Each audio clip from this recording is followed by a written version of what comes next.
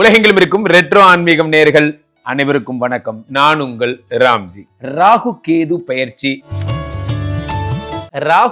பயிற்சி வருகிறது. நமக்கு டக்குன்னு நினைவு வர்றது என்ன சொல்லுங்க? மனசாட்சி தொட்டு சொல்லணும். டக்குன்னு நினைவு வர்றது என்னன்னா டைவர்ஸ், குடி, இதெல்லாம் தான் ஞாபகம் வரும். ஏன்னா ராகு வந்தா ஒரு குடும்பம் எப்படி கெட்டு போகும்? தம்பதிகளுக்குள்ள பிரிவு ஏற்படும். ராகு வந்தா என்ன ஆகும்? பெயர் கெடும், கெட்ட பெண்களுடைய தொடர்பு ஏற்படும், அல்லது கெட்ட ஆண்களுடைய தொடர்பு ஏற்படும். அந்த மாதிரிலாம் நல்லா இருந்த குடும்பத்தில் நல்ல பாம்பு பூந்ததும்பாங்கல்ல, அந்த மாதிரி தான். இந்த பாம்பு எப்போ உள்ள வருகிறதோ அப்பொழுதெல்லாம் ஆபத்து ஏற்படுகிறது. இதில் இந்த விவஸ்தைன்னு சொல்லுவாங்க, ஒரு வார்த்தை, விவஸ்தையே இல்லாமல் பண்ணுறாங்க சார் அப்படிம்பாங்க. அப்படின்னா நாகரிகம் இல்லாமல் அப்படின்னு அர்த்தம். இந்த குருவோ சனியோ நண்பர்களே, குரு அதிகபட்சமாக என்ன பண்ணுவார்னு நினைக்கிறீங்க? உங்களுடைய செல்வ வளங்களை பிடுங்கிடுவார். எப்படியே செல்வ வளங்களை பிடிக்கிறார். ஆனால் சனி பகவான் என்ன பண்ணுவார்னு நினைக்கிறீங்க? தொழில் ஸ்தானத்தில் பிரச்சனைகளை உருவாக்குவார். தொழிலில் நம்பிக்கை இழப்பு, கையெழுத்து போட்டீங்க உண்மையாக இல்லை, நீங்கள் உங்கள் மேலே ட்ரஸ்ட் வச்சோம் நம்பிக்கையாக இல்லை, இந்த மாதிரியான பிரச்சனைகள்லாம் இருக்கும். ஆனால் இந்த ராகு கேது கொடுக்குற தண்டனை இருக்குது தெரியுமா? மிக உயர்ந்த தண்டனை தான் இந்த ராகு கேதுகள் தருவாங்க. என்ன அப்படின்னா, உறவுகளை தொடுவாங்க இவங்களுக்கு. அதனால தான் விவஸ்தை இல்லைன்னு சொல்கிறேன். உறவுகளை தொடுவாங்க. நான் என் ஒய்ஃப் கூட என்னவோ ரிலேஷன்ஷிப்பாக இருந்துட்டு போகிறேன், உனக்கு என்னையா ப்ராப்ளம்? ஜாபை கெடுக்கிற, வேலையை பிடுங்குற, எல்லாத்தையும் பண்ணுற, ஆனால் ஏன் என் இன்டிமசிக்குள்ளே வர? நானும் என் ஒய்ஃபும் பிரியமாக லவ் பண்ணுறோம், அதில் ஒரு லாரி மண்ணள்ளி போட்டு விட்றியாப்பா என்றால் ராகு இந்த மாதிரியான எமோஷனல் ஃபீலிங்ஸை டச் பண்ணுறவர். இதுக்கு அப்படி அந்த எண்டு கேது என்ன பண்ணுவார்னா, உலகத்தில் காலதேவன் இருக்கார் பாருங்க. யார் காலதேவன்? யமன். காலதேவன் யார்? சனி. காலதேவன் யாரு? விஷ்ணுமாயா. இந்த மாதிரியான காலதேவன் பேர். இவங்க கோர்ட்லாம் மன்னிப்பே கிடையாது. யமன் கோர்ட்டில் மன்னிப்பு இருக்கா சார்? மன்னிப்பே கிடையாது. சட்டம் தன் கடமையை செய்யும், தூக்கி போட்டு போயிட்டே இருப்பாங்க.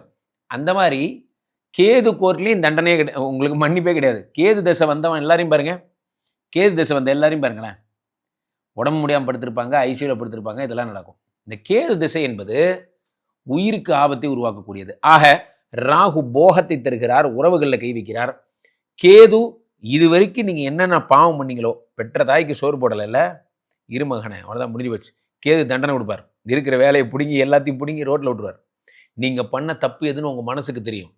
நீங்கள் பண்ண தப்பு எதுன்னு உங்கள் அந்த நண்பன் உங்களை நம்பிக்கை துரோகம் பண்ணலை, வா கமான் கூப்பிட்டு எல்லாத்தையும் பிடுங்கி அவுத்து விட்டு ரோட்டில் அனுப்பி விட்டுருவார்.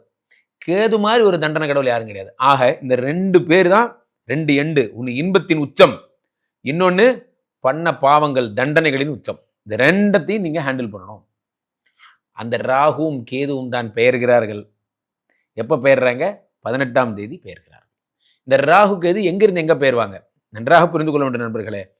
ராகு சூரியனை விழுங்கக்கூடியவர், கேது சந்திரனை விழுங்கக்கூடியவர். ராகு சூரியனை விழுங்கும் இந்த நாளை நாம் சூரிய கிரகணம் என்று அழைக்கிறோம். புரிகிறதா? கேது சந்திரனை விழுங்கக்கூடியதை நாம் என்ன அழைக்கிறோம்?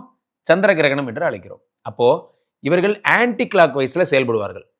மீனத்தில் இருந்த ராகு கும்பத்திற்கு வருகிறார், கண்ணியில் இருக்கின்ற கேது சிம்மத்திற்கு போகிறார், ஆன்டி கிளாக் வைஸ். அவ்வகையிலே மிதுன ராசிக்காரர்களுக்கெல்லாம் ராகு பகவான் 9ஆம் இடத்திலும் கேது 3ஆம் இடத்திலும் வருகிறார். இந்த 3ஆம் இடத்து கேது என்பது முயற்சிகளை தரக்கூடியவர், பிரச்சனைகளை உண்டாக்கக்கூடியவர். இந்த 3ஆம் இடத்து கேது. 3ஆம் இடம் என்பது சகோதர பாவம், 3ஆம் இடம் என்பது தைரியம், 3ஆம் இடம் என்பது சிறு பிரயாணம். இதெல்லாம் உலகில் நண்பர்களை என்ன அனுபவத்திலிருந்து நான் சொல்றேன் கேளுங்க. தைரியம்தான் வாழ்க்கை, பயம்தான் மரணம். தைரியம்தான் வாழ்க்கை. நீங்க தைரியமா ஒண்ணு பண்ணுங்க, அந்த தைரியமே அப்படியே கூட்டிட்டு போயிடுவாங்களே. மிதுனராசிக்காரர்கள் எல்லாம் ஒரு ஒரு ஒரு வீடு இருக்கு, ஒரு பெரிய அடுக்குமாடி கட்டடம், இன்னொரு அடுக்குமாடி கட்டடம், ரெண்டுத்துக்கும் நடுவில் ஒரு கயிறு கட்டிட்டாங்க. இது மேலே ஏறி நடந்து போறீங்க, சரியா? நீங்க பாட்டுக்கு ஜாலியாக நடந்து பாட்டு பாடிட்டு நடந்து போனீங்கன்னா போயிடுவீங்க. நன்றாக புரிந்து கொள்ள வேண்டும். ஒரு நிமிஷம் கீழே பார்த்துட்டீங்கன்னா அங்கிருந்து தலை குப்புற கீழே விழுந்துருவீங்க. அவ்வளவுதான். இதுதான் மேட்டர். மிதுனராசிக்காரர்களுக்கு 3ஆம் இடத்து கேது என்பது தைரியத்தை சிதைக்கின்ற விஷயங்கள் எல்லாம் தரும். பழைய பிரச்சனைகள்லாம் வெளியே வரும். உடம்பு சரியில்லாமல் போறது, பழைய ப்ராப்ளம் எல்லாத்தையும் வெளியே கொண்டு வரும். அப்போ என்ன பண்ணணும்? மிதுனராசிக்காரர்கள் ரொம்ப ஜாக்கிரதையாக உடம்பை பார்த்துக்கணும். 3ஆம் இடம் வந்து முயற்சியை தடை பண்ணக்கூடிய இடம். 9ஆம் இடம் என்பது பாக்கியஸ்தானம்.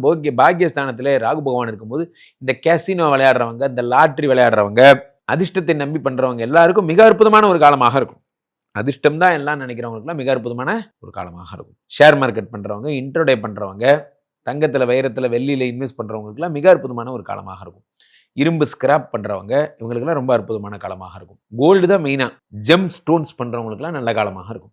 ஒரு துறவி ஒருத்தர் இருந்தாராம். அந்த துறவி என்ன செய்கிறாராம், மொட்டை அடிச்சிருப்பாங்க புத்த பிட்சுக்கள். இன்னொரு 4-5 மொட்டை பிட்சுலாம் இருந்திருக்காங்க. ஒரு மடத்துல ஆசிரமம். அங்க பார்த்தீங்கன்னா பெரிய க்ரௌடு வருது. என்ன வருது? க்ரௌடு. இப்போ நம்ம தம்பி மாதிரி ஒரு மார்க்கெட்டிங் பர்சன். அவர் என்ன பண்றாரு, இன்னொரு ஆள்கிட்ட நீ என்ன பண்ணுவியே தெரியாது, இந்த சீப்பை போய் வித்துட்டு வரணும்னு ஒரு 3 பேர்கிட்ட டாஸ்க் கொடுக்குறாங்க. இந்த ஃபர்ஸ்ட் ஆள் போயிட்டு என்ன சொல்றாரு, சீப்பை விற்க போனவர் என்ன பண்றார், நான் சீப்பை விற்க போனேன் சார் சொல்லுங்க. அங்கே ஒரு மொட்டை குருஜியும் 3 மொட்டை அசிஸ்டண்ட்டும் இருந்தாங்க.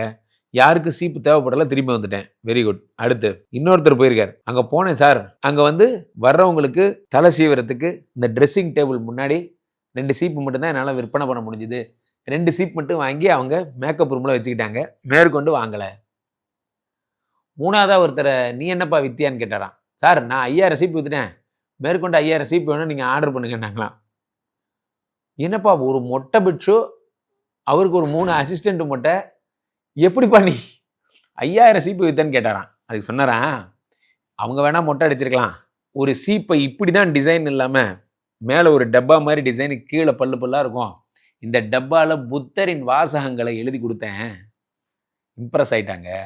அவங்களுக்கு தான் மொட்டை அது தேவைப்படலை, வர்ற பக்தர்கள் முடி வச்சுருப்பாங்கல்ல, அதனால் அவங்க சீப்பு வரும்போதெல்லாம் புத்தரோட வாசகங்களை பார்த்துட்டு வாரட்டும்னு சொன்னேன்.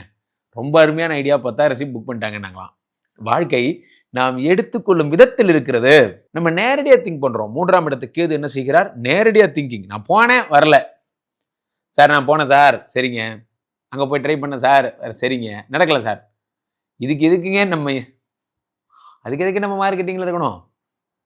போனேன் இப்படி நடக்கலை, டக்குன்னு அவனுக்கு அடித்தேன், இப்படி பண்ணா நடந்துருச்சு. அப்போ மிதுனராசிக்காரர்கள் கொஞ்சம் சாமர்த்தியமாக மார்க்கெட்டிங் கற்றுக்கணும். 3ஆம் இடத்துல இருக்கக்கூடிய கேது சகோதர பாவத்திலே பிரச்சனைகளை பிரிவு உண்டாக்கும். 9ஆம் இடத்து ராகு அப்பாவுக்கு ஆபத்தை உண்டாக்கும். இதை மட்டும் நீங்கள் ஜாக்கிரதையாக பார்த்துக்கோங்க. மற்றபடி மிதுனராசிக்காரர்களுக்கு சூப்பராக இருக்கு. ராகு கேதுக்கள் பயிற்சி சிறப்பாக நடைபெற போகிறது. ராகுக்குரிய பிரீத்தி என்றால் நீங்கள் திருவேற்காடு கருமாரியம்மனை கும்பிடணும். கேதுக்குரிய பிரீத்தி என்றால் நீங்கள் பிள்ளையார கும்பிடணும். இது 2 தான் ஒரே பரிகாரங்கள். இந்த 2 பேரை பிடிச்சிங்கன்னா போதும். மீண்டும் ஒரு நல்ல பதிவில் சந்திப்போம். நன்றி, வணக்கம்.